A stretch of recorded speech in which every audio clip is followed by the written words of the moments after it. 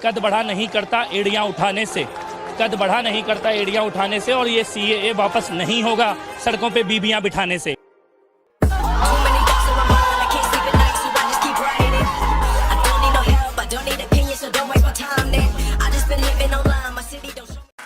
आप तो दूसरे रास्तों पर जा रहे हैं। आप कह रहे हैं कि वो विदेश गए थे, उसकी मुझे डिटेल चाहिए। अब संजय सिंह ने अपनी पूरी डिटेल दिया। उन्होंने बताया कि वो नेपाल में गए थे भूकंप पीड़ितों की मदद करने, अमेरिका गए थे पार्टी का काम करने, कनाडा गए थे पार्टी का काम करने, और रशिया गए थे रिश्तेदार की शादी में।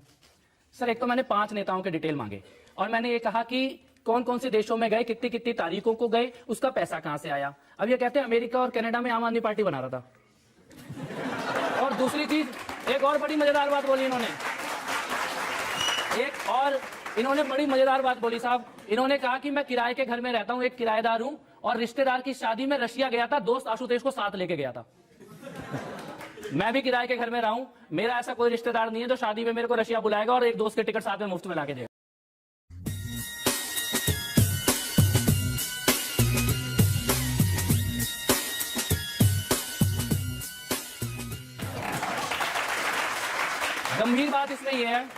गंभीर बात इसमें यह है कि विदेश यात्राएं हुई हैं, सरकार के पैसे से हुई हैं, जनता के चंदे के पैसे से हुई हैं और अननोन पैसे से हुई हैं। इन विदेश यात्राओं के दौरान ऐसी डील हुई हैं जो इस देश के भी खिलाफ हुई हैं, जो पार्टी के भी खिलाफ हुई हैं और जनता का भरोसा तोड़ने वाली भी हुई हैं।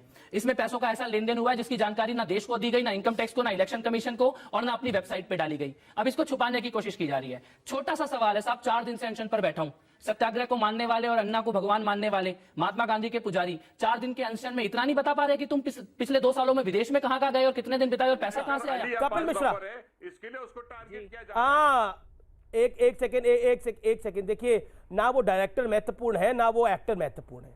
महत्वपूर्ण है भगवान राम का और भगवान शंकर का जो अपमान करने की कोशिश हुई है वो महत्वपूर्ण है। देश की इंटीग्रिटी महत्वपूर्ण है, आजादी के नारों को जस्टिफाई करना। कपिल मिश्रा, शहजाद खान जाने माने एक्टर कह रहे हैं देखिए ये एक पार्टी के खिलाफ अगर कुछ होता है तो तकलीफ हो जाती है। नहीं, शहजाद खान से मैं ये कहना चाहता हूं कि जिस मजहब में पैदा हुए हो, पले बड़े हो, उसके ऊपर भी तो कभी मूवी बना के दिखाओ ना। ये सारी मोहब्बत हमारे साथ ही क्यों की जा रही है? अपने साथ भी थोड़ी मोहब्बत करो। हलाला पे बनाओ, ट्रिपल तलाक पे बनाओ, मुताला पे बनाओ, इसके ऊपर सुंदर सुंदर फिल्में बनाओ। जरा वो सलमान रश्दी ने इतनी सुंदर किताब लिखी है उसके ऊपर बनाओ, तस्लीमा रसनीन ने इतनी प्यारी किताब लिखी है उसके ऊपर बनाओ ना। अभिव्यक्ति की आज़ादी क्या हमारे ही भगवानों का अपमान करने के लिए पैदा हुई है? सारी अभिव्यक्ति की आज़ादी कभी नहीं बनाओगे, कमलेश तिवारी वाला हाल हो जाएगा, बनाने की कोशिश भी करोगे तो।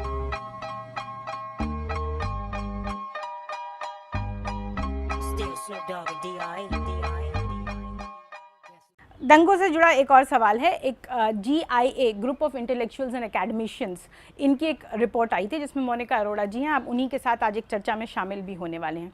उस रिपोर्ट में कहा गया है कि दिल्ली हिंसा किसी एक समुदाय को निशाना बनाकर नहीं की गई थी। ये उन्हीं की रिपोर्ट का जिक्र कर रही हूँ जिस पर आप आज चर्चा में शामिल भी होंगे। और उसके अलावा दिल्ली पुलिस की एक रिपोर्ट है जिसमें जो उन्होंने हाईकोर्ट में दायर की है, इसमें 40 मुसलमान और 13 हिंदू मारे गए। तो आपको क्यों ये नहीं लगता कि इसमें मुसलमान मारे गए और ये हिंदुओं के साथ अत्याचार नहीं हुआ, मुसलमानों के साथ भी उतना ही अत्याचार हुआ? हिंसा में तो दोनों मरे हैं। मैं तो धर्म का नाम ही नहीं लेता कि कौन मरे कौन नहीं मरे। मेरे दिल्ली के लोग मरे, मेरे पड़ोसी, मेरे जानने वाले लोग मरे हैं। और हमने उसके बाद पिछले 1 साल से लगातार रिलीफ के लिए काम किया है। मोनिका जी की अगर आपने रिपोर्ट पढ़ी है तो वो आशा करता हूँ पूरी ही पढ़ी होगी। तो उसमें ये भी लिखा है कि किस प्रकार से 6 महीने पहले दंगों की तैयारी की गई, किन लोगों ने हथियार लिए।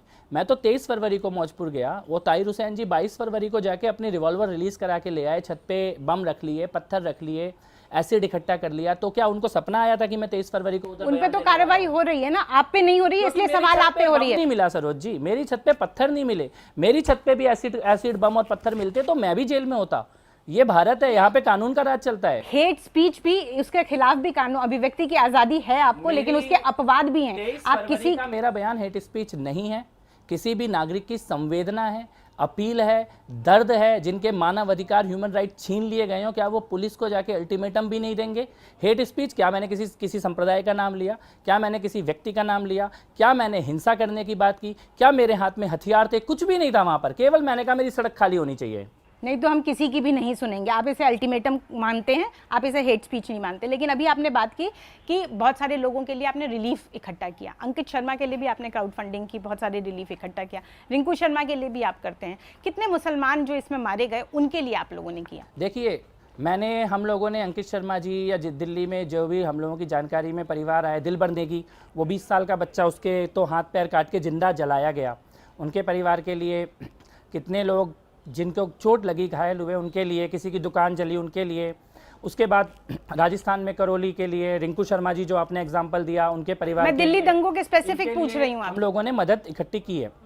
दिल्ली दंगों में हमने ये देखा कि उधर वक्फ बोर्ड, दिल्ली सरकार, सब एक ही प्रकार से एक ही लोगों के लिए काम कर रहे हैं, क्योंकि तो कुछ लोग छूट गए थे, जो छूट गए थे उनके लिए हमने काम किया।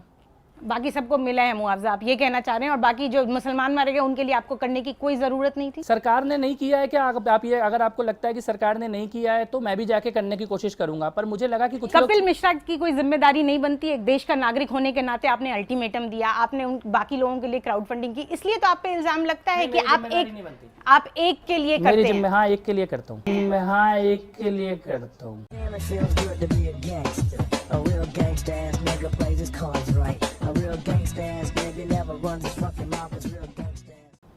आप इस बात को स्वीकार करने को मैं इस बात को स्वीकार करता हूँ, जो छूट गया, जिसका कोई नहीं है, जिसको कोई पूछने नहीं आएगा, जिसके लिए कोई वक्फ बोर्ड नहीं बनाया गया, जिसके लिए इंटरनेशनल फंडिंग नहीं आती, जिसके लिए बड़े बड़े पत्रकार नहीं बोलते, उसके लिए मैं बोलता हूँ। इसी से दूसरा, आप कह रहे हैं कि जिसके लिए कोई नहीं बोलता, दिल्ली पुलिस बोल रही है कि रिंकू शर्मा के मामले में आपसी रंजिश है, व्यवसाय में कुछ प्रॉब्लम हुई, लेकिन आप कहते हैं कि नहीं, वो तो हिंदू चंदा इकट्ठा करने निकला था, इस वजह से। क्यों? तो फिर अभी आप भी दिल्ली दंगे से अलग गए हो, तो जब मैं जाऊंगा तो रोकना मत। आप पुलिस को क्यों नहीं मानते? फिर मैं सिर्फ इतना कह रही हूँ कि पुलिस को, जब मैं पुलिस को मानूंगा तो आप बोलोगे तो पुलिस मेरे साथ है, जब मैं पुलिस को नहीं मानूंगा तो बोलोगे क्यों नहीं मानती है। तो फिर मैं पुलिस को मानूं तो आप भी मान लो दिल्ली दंगे में पुलिस की सारी बात को। नहीं, हम तो मान ही रहे, हम तो सिर्फ आपसे सवाल पूछ रहे हैं, हमने नहीं मानने वाली तो कोई बात ही नहीं की। इसीलिए मैं ये कहना चाहता हूं कि जब दिल्ली पुलिस ने रिंकू शर्मा जी के लिए बयान दिया, वो घटना का पहला दिन था, तब तक तो रिंकू शर्मा जी की माता का भी स्टेटमेंट रिकॉर्ड नहीं हुआ था, उस जगह से कोई फॉरेंसिक सैंपल इकट्ठे नहीं किए गए थे, जांच हुई ही नहीं थी, शुरू ही नहीं हुई थी, और बयान दे दिया दिल्ली पुलिस ने। माता जी तो घटना स्थल पर थी ना, प्रत्यक्षदर्शी थी, भाई प्रत्यक्षदर्शी था, जो लोग वहां पर थे उनका बयान रिकॉर्ड करे बगैर, फॉरेंसिक सैंपल लिए बगैर, सभी लोगों को, you can't conclude the investigation, that was a conclusive. But Kapil Mishra can conclude. आप बोल रहे हैं कि मैंने कंक्लूड नहीं किया सरोज जी, मैंने ये बोला कि दिल्ली पुलिस को परिवार का बयान लिए बगैर, पूरी जांच किए बगैर, जो कंक्लूजन है उसके ऊपर नहीं कूदना चाहिए, पहले जांच होनी चाहिए, और मुझे लगता है कि वो सबको समझ भी आया, इसीलिए अभी वो जांच क्राइम ब्रांच कर रहा है। एक दूसरे सवाल पे आते हैं। एक टूल किट के बारे में आपने बहुत सारे ट्वीट्स किए, मुझे भी आपके ट्वीट्स मैं भी पढ़ती हूँ, लेकिन एक आपके ऊपर भी बहुत सारे टूल किट का बात चल रही है। हिंदू इकोसिस्टम नाम पे आपने एक बहुत बड़ा टूल किट बनाया है, न्यूज़ लॉन्ड्री ने इस पर पूरी एक रिपोर्ट की है। ये जानना चाहती हूँ, हिंदू इकोसिस्टम, उसमें जो आप टूल किट पोस्ट करते हैं, क्या ज़रूरत है उसकी? पहली बात तो हम कोई टूल किट पोस्ट ही नहीं करते, वो न्यूज़ लॉन्ड्री जानबूझ के टूल किट कहना चाहता है, क्योंकि न्यूज़ लॉन्ड्री को दिशा रवि से अटेंशन डाइवर्ट करनी है, वो ध्यान हटाने की कोशिश कर रहे हैं। हम लोग साधारण मुद्दों पे कैंपेन करते हैं, लोगों को जोड़ते हैं, और मुद्दे भी कैसे हैं, पुराने भारत के मंदिर कैसे थे, हमारे पुराने राजा कैसे थे, हमारा देश का इतिहास क्या रहा है, उस तरह के 16 मुद्दे हैं। न्यूज़ लॉन्ड्री ने भी 16 के 16 मुद्दे उसमें लिखे हैं, वो 16 में। आप टॉपिक की बात करते हैं, लेकिन कैंपेन तो आप भी चलाते हैं, हिंदू हॉलोकास्ट, 11th मार्च, फ्रीडम फाइटर्स, उसके बाद आप इस पे ये चला रहे हैं, मैं उसी के उसमें से कोट करके बोल रही हूँ, church leaders slam violence of India's farmers rally. आप चुन चुन के ओवैसी साहब के खिलाफ आप बोल रहे हैं कि अयोध्या वाली मस्जिद में नमाज पढ़ना और उसके लिए दान देना दोनों हराम। उनके भाषणों को आप निकाल के उस पे पोस्ट कर रहे हैं। किसी ने ग्रुप में पोस्ट किया होगा, जिसको हमने बाद में निकाल दिया। मुस्लिम गिविंग डोनेशंस फॉर राम मंदिर, उस हिस्से को आप लेकर बता रहे हैं, तो इसलिए आप पे आरोप लगते हैं आप हिंदू मुसलमान। हिंदू होलोकास्ट की बात करता हूँ तो ये हिंदू मुसलमान कैसे हो गया? जब मारा गया कोई कश्मीरी पंडित तो उसकी बात करना गुनाह है क्या? और किसी को आपने, औरंगजेब ने जो कत्लेआम किए वो इतिहास के बारे में चर्चा करना गुनाह है क्या? हिंदू होलोकास्ट की बात करनी अपराध है क्या? हिंदू इकोसिस्टम की क्यों जरूरत पड़ी? इंडियन इकोसिस्टम की क्यों नहीं बात जरूरत कोई नहीं कर रहा ना, उसकी बात आप करने लग जाइए, हमें जरूरत नहीं पड़ेगी। समझनी होगी कि हिंदू इकोसिस्टम से पेट में दर्द होना ये बताता है कि इस इकोसिस्टम की कितनी ज़रूरत है। मुझे पता है लोगों के पेट में मरोड़े उठ रही हैं, केवल नाम में हिंदू लिखना ही प्रॉब्लम है, ये आपके सवालों से भी उसके अंदर जो पोस्ट किया जा रहा है उससे भी दिक्कत है लोगों को। आवश्यक है। उसके बारे में आपने जितने टॉपिक बताए उसमें से गलत कौन सा टॉपिक है? सिलेक्टिव होना एक धर्म के लिए, ये इससे दिक्कत है। नहीं, अपने धर्म के लिए सेलेक्टिव हो रहा हूँ, किसी पे अटैक करने तो नहीं जा रहा, किसी के लिए वॉयलेंस के लिए तो प्रोवोक नहीं कर रहा हूँ, लेकिन क्यों नहीं अपने धर्म की बात करना हमारा गुनाह है क्या? इसमें आपने बहुत सारे ऐसे, जिस दिन ग्रेटा थर्नबर्ग का ट्वीट आया था उसके बाद भी आपने ये बताया कि आज हमें क्या ट्रेंड कराना है।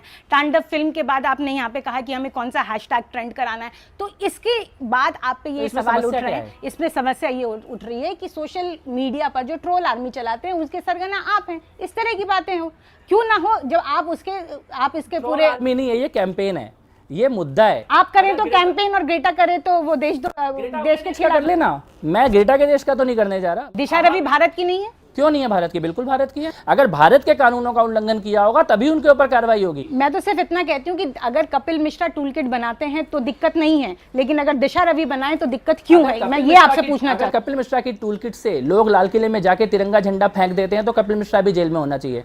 अगर कपिल मिश्रा की टूलकिट में ये लिखा होता है कि जहां जहां भारत की एम्बेसी है वहां वहां भारत को गाली दो तो कपिल मिश्रा को भी जेल में होना चाहिए। अगर कपिल मिश्रा की टूलकिट के कारण यह बताया जाता है कि चाय और योग और भारत की पहचान को नष्ट करने का अभियान चलाया जाए तो कपिल मिश्रा पे भी कार्रवाई होनी चाहिए, लेकिन ऐसा है नहीं। आप जबरदस्ती दो बेमेल चीजों को तोलने की कोशिश कर रहे हैं।